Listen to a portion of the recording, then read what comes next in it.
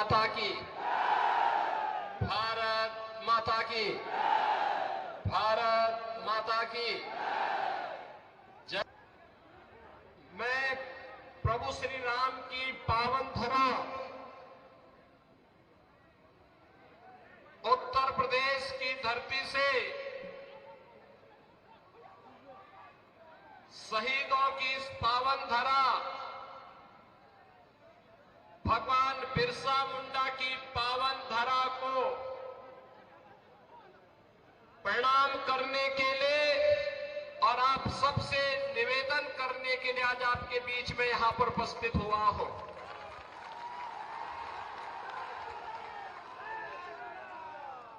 दीपावली का पर्व आपने भी बड़े उल्लास के साथ संपन्न किया है और आज से छठ महापर्व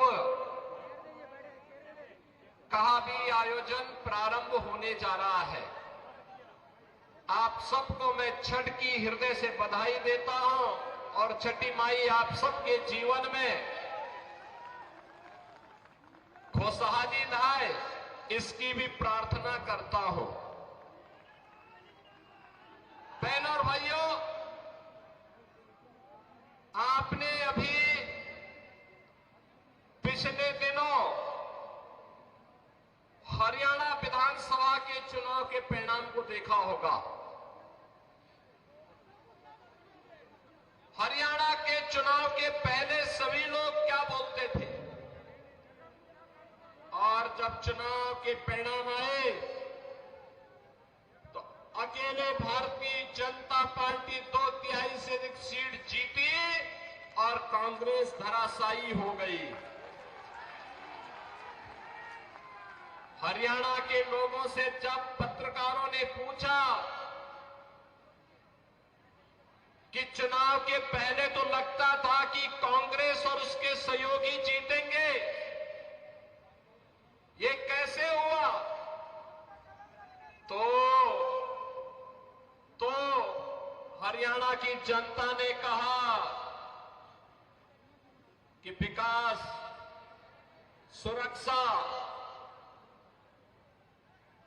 सुव्यवस्था और सुशासन के लिए डबल इंजन आवश्यक है और मोदी जी के नेतृत्व में अगर डबल इंजन की सरकार चले तो इस सोने में सुहागा है। इसलिए हरियाणा की जनता ने निर्णय लेकर के फिर से भारतीय जनता पार्टी को विजयी बनाया है। बहनों और भाइयों, हमारा ये झारखंड एकोडर्मा प्राकृतिक संसाधनों से भरपूर है। धरती आबा भगवान बिरसा मुंडा की पावन धरा है, शहीदों की धरा है। देश की आजादी के लिए अकेले कोडरमा से एक नहीं 4 हुतात्माओं ने अपना बलिदान दे करके इस देश को ब्रिटिश हुकूमत से मुक्त करने के लिए अपना योगदान दिया था। लेकिन आज क्या हो रहा है झारखंड में, मैं देख रहा था। एक आलमगीर आलम थे, औरंगजेब, देश को लूटा था उसने, देश के पवित्र मंदिरों को नष्ट किया था उसने। और दूसरा, झारखंड मुक्ति मोर्चा का भी तो एक मंत्री था आलमगीर, जो यहां लूट करके जिसके घरों में नोटों की गड्डियां के गरीबों के झारखंड वासियों का पैसा उसके घरों में कैसे नोट की गड्डियां उसके नौकरों और उसके परिवार के अन्य लोगों के घरों में किस रूप में पड़ी हुई थी। ये लूट का इससे दूसरा घटिया स्तर और दूसरा देखा नहीं जा सकता है। और इसीलिए मैं कहने के लिए आया हूं बहनों और भाइयों, ये चुनाव उसी विकास के नाम पर जिन लोगों ने आप देने का एक अवसर भी है। भारतीय जनता पार्टी जहां कहीं पर भी भारतीय जनता पार्टी की सरकारें हैं, उन्होंने विकास का एक मॉडल दिया, उन्होंने विरासत का सम्मान किया। आप यही सोचिए, 1947 में देश आजाद हुआ था। कांग्रेस को देश की जनता ने शासन करने का अवसर दिया था।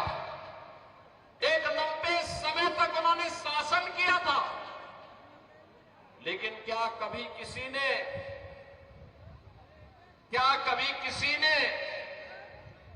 गरीबों के लिए ईमानदारी से कोई योजना चलाई? बहनों और भाइयों, मोदी जी जब 2014 में प्रधानमंत्री बने थे, मीडिया ने उनसे पूछा था कि प्रधानमंत्री बनने के बाद आपका एजेंडा क्या होगा? मोदी जी ने कहा, एक लाइन में उन्होंने कहा था, सबका साथ और सबका विकास।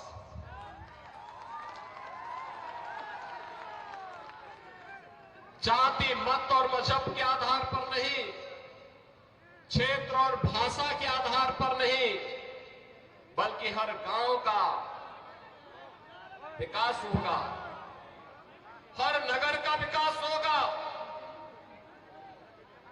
गरीब, किसान, नौजवान, महिलाएं, इन सब का विकास होगा। देश की सुरक्षा के साथ कोई भी समझौता नहीं होगा। देश का सुरक्षा का मॉडल क्या होना चाहिए, ये आज आप देख रहे होंगे। कांग्रेस की सरकारें हुआ करती थी, तब चीन हमारे देश के अंदर घुसता था, और आज आप देख रहे होंगे, समाचार रोज पढ़ रहे होंगे, आज चीन की सेनाएं पीछे हट रही हैं और वहां पर भारत की सेना गश्त कर रही है। पाकिस्तान तो अब भारत का नाम सुनकर के ही कंपकपी शुरू हो जाती है। पाकिस्तान को जैसे लगता है, अब जब उसको कहीं सुनवाई नहीं होती तो यूएन में कहता है, उसको सपने आते हैं, कहता है कि भारत कभी भी हम पे हमला कर सकता है, हमारी जान बचाओ। सरकार तो ऐसे ही होनी चाहिए जो दुश्मन के दिल को दहला सके, और यही आज भारत की सरकार कर रही है। बहनों और भाइयों, देश की सुरक्षा हो या आंतरिक सुरक्षा, आप सोचो, ये कांग्रेस और उसके सहयोगियों ने कश्मीर की समस्या दी थी। मोदी जी ने धारा 370 समाप्त करके कश्मीर की समस्या का समाधान कर दिया।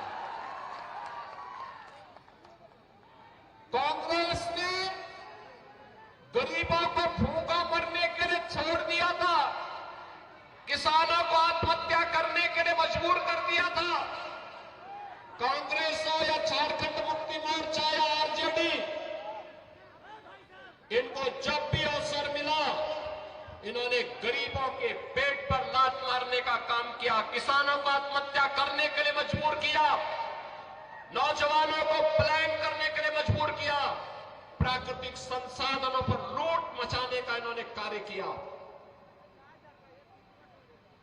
यही तो करते रहे। प्राकृतिक संसाधनों से भरपूर यह क्षेत्र अपराध की खदानों के लिए जाना जाता है। यहां पर तमाम नए प्राकृतिक संसाधन मौजूद हैं, प्रकृति की गोद में मौजूद हैं, लेकिन नियत सही हो। एक गरीब को एक ट्रॉली बालू नहीं मिलता घर बनाने के लिए, लेकिन बालू माफिया इस सरकार का संरक्षण प्राप्त करके फल फूल रहे हैं। शराब माफिया फल फूल रहे हैं, वन माफिया और भू माफिया सिर तान करके चल रहे हैं, और इसी ने कहने के लिए आए हैं, ये माफिया का उपचार केवल भाजपा है, भाजपा।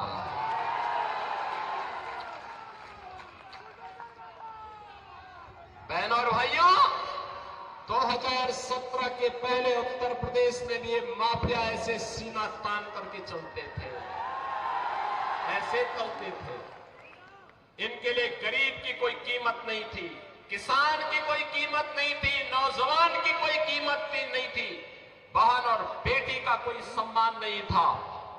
लेकिन 2017 के बाद जब उत्तर प्रदेश के बुलडोजर ने चलना प्रारंभ किया तो आज आप देखते होंगे दुर्दांत भूमाफिया, दुर्दांत से दुर्दांत भूमाफिया आज उत्तर प्रदेश की धरती को छोड़ चुके हैं। कुछ तो जेल में है और कुछ लोग राम नाम सत्य है की यात्रा में भी चले गए। भूमाफिया नहीं, खनन माफिया भी नहीं, वन माफिया भी नहीं, पशु माफिया भी नहीं, संगठित अपराध में संलिप्त माफिया भी नहीं। आज तो कोई भी माफिया हो, शराब माफिया हो या बालू माफिया, यूपी से गायब हो गया है। ऐसे ही गायब हो गया जैसे गधे के सिर की सींग समाप्त हो गई। और इसलिए बहनों और भाइयों, आपसे कहने के लिए माफिया को औपचारिक केवल भाजपा है। भाजपा की सरकार लाइए, गरीब को उसका हिस्सा भी मिलेगा, गरीब को उसका सम्मान मिलेगा। जिसके पास राशन कार्ड नहीं उसको राशन कार्ड की सुविधा, जिसके पास आयुष्मान कार्ड नहीं उसको आयुष्मान भारत की कार्ड की सुविधा, जिसके पास मकान नहीं उसको मकान की सुविधा। और देश के अंदर एक तरफ मोदी जी के नेतृत्व में एनडीए का गठबंधन है और दूसरी तरफ कांग्रेस के नेतृत्व में झारखंड मुक्ति मोर्चा और आरजेडी जैसा इंडी गठबंधन भी है। दोनों गारंटी दे रहे हैं, लेकिन दोनों की गारंटी में अंतर है। मोदी जी की गारंटी है हर गरीब को मकान देने का, मोदी जी की गारंटी है हर नौजवान के हाथ को कार्य देने का, रोजगार देने का। मोदी जी की गारंटी है हर किसान के सम्मान का। मोदी जी की गारंटी है हर बहन और बेटी की सुरक्षा का। और उनके लिए वे योजनाएं जो उनके हित के लिए आगे बढ़ रही है, उन योजनाओं को प्रभावी ढंग से यहां पर लागू करने का जो 5 गारंटी यहां के लिए भारतीय जनता पार्टी ने दी है। लक्ष्मी जोहार योजना, सभी घरों में 500 रुपए में एलपीजी के भरा हुआ सिलेंडर उपलब्ध करवाना और साल में 2 फ्री में सिलेंडर उपलब्ध, भरा हुआ सिलेंडर भी मुफ्त में उपलब्ध करवाना। गोगो दीदी योजना, ये भी भाजपा की गारंटी है, मोदी जी की गारंटी है कि झारखंड की हर महिला के खाते में हर महीने की 11 तारीख को 2100 रुपए, 2100 रुपए तक की वित्तीय सहायता पहुंचा देना। 21 लाख परिवारों को मिलेगा अपना पक्का घर और सभी परिवारों को घर निर्माण के लिए मिलेगा मुफ्त बालू। यानी ये भाजपा कहती है कि हम मुफ्त बालू घर निर्माण के लिए देंगे और बालू माफिया का सफाया कर देंगे। युवा साथी भत्ता, जिन्होंने स्नातक स्नातकोत्तर की डिग्री प्राप्त कर ली, जिन युवाओं को डिग्री प्राप्त करने के पहले 2 वर्ष में अगर उन्हें कोई नौकरी नहीं मिलती है तो प्रत्येक माह 2000 रुपए की गारंटी भी भाजपा आपको दे रही है, एनडीए आपको दे रहा है। और बहनों और भाइयों, इसके साथ ही जो यहां पर भर्तियां ये नहीं कर पाए थे, सरकारी नौकरी नहीं दे पाए थे, पहले ही कैबिनेट में निर्णय लेकर के भारतीय जनता पार्टी ने कहा है उन युवाओं के लिए नौकरी का पिटारा लेकर के भी भारतीय जनता पार्टी झारखंड के अंदर ही लेकर के आएगी। झारखंड के अंदर 5 साल में 5 लाख नौजवानों के लिए नए रोजगार उपलब्ध करवाने के कार्यक्रम को भी भारतीय जनता पार्टी आगे बढ़ाने की बात कर रही है।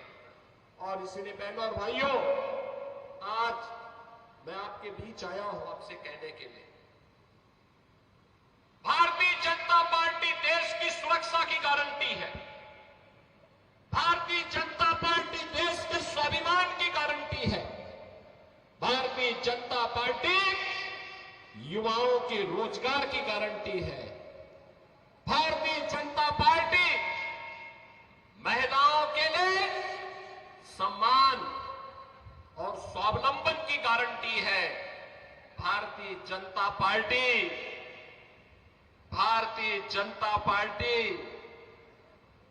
विरासत और विकास के समन्वय की गारंटी भी है।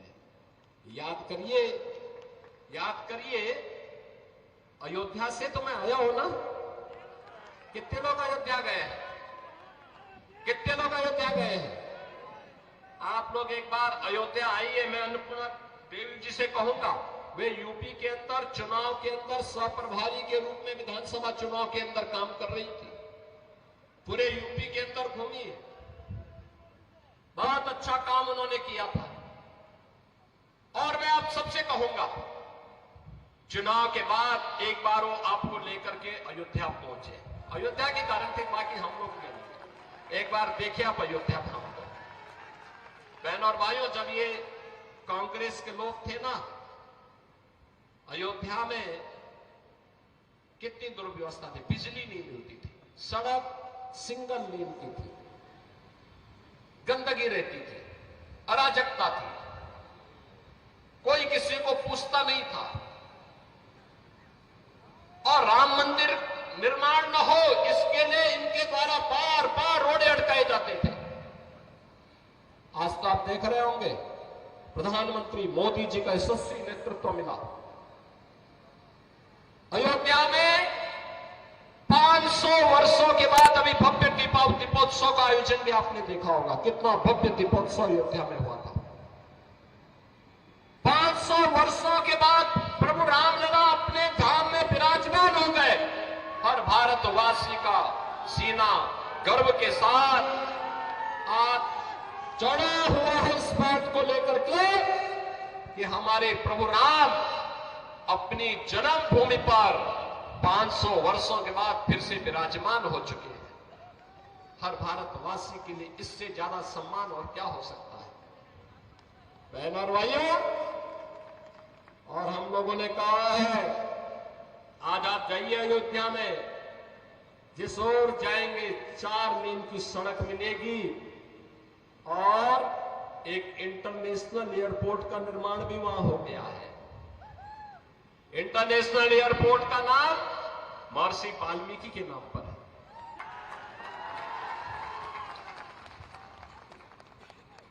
वहां पे जो बड़े बड़े यात्री विश्रामालय बनाए गए हैं, उनका नाम है निषाद राज के नाम पर, निषाद राज गुहा के नाम पर।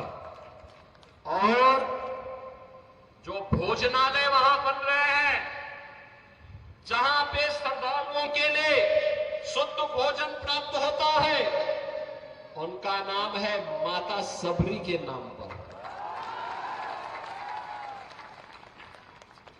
और याद करिए, विरासत का दूसरा उदाहरण मोदी जी ने दिया है। 15 नवंबर 13 नवंबर को आपको वोट देना है। 15 नवंबर धरती आबा भगवान बिरसा मुंडा की पावन जयंती जनजातीय दिवस के रूप में मनाने का काम भी मोदी जी ने ही शुरू किया है। और इसलिए बहनों और भाइयों, आज हम सब आपके पास आए हैं। विरासत और विकास का समन्वय कैसे होना चाहिए, सुरक्षा और सुशासन का बेहतर समन्वय कैसे होना चाहिए, ये केवल और केवल भाजपा इसका उदाहरण प्रस्तुत कर सकती है।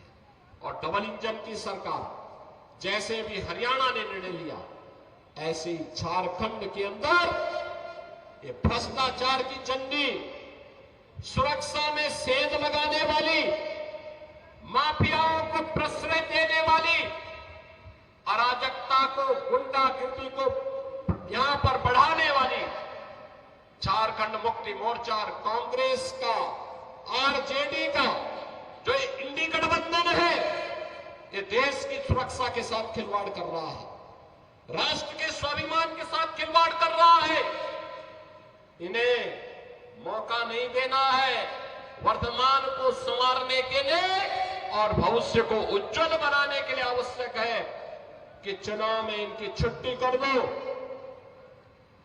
बाकी काम तो भारतीय जनता पार्टी की डबल इंजन सरकार, एनडीए की सरकार आने के बाद स्वयं कर देगी।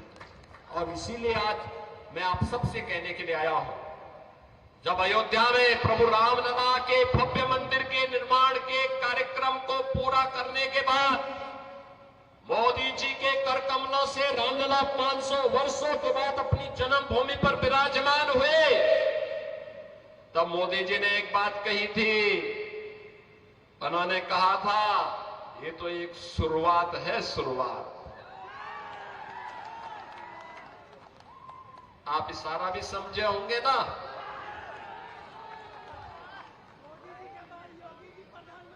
ये शुरुआत है अयोध्या में रामलला की अपने धाम में वापसी। स्वाभाविक रूप से हमारे कृष्ण कन्हैया कहां मानने वाले हैं, मथुरा में भी यही इंतजार होने वाला है।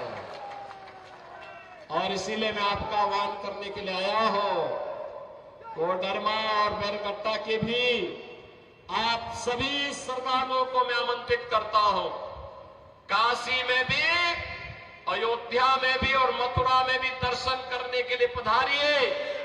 भारतीय जनता पार्टी को झारखंड में फिर से पूर्ण बहुमत की सरकार बनाने के लिए अपना आशीर्वाद दीजिए।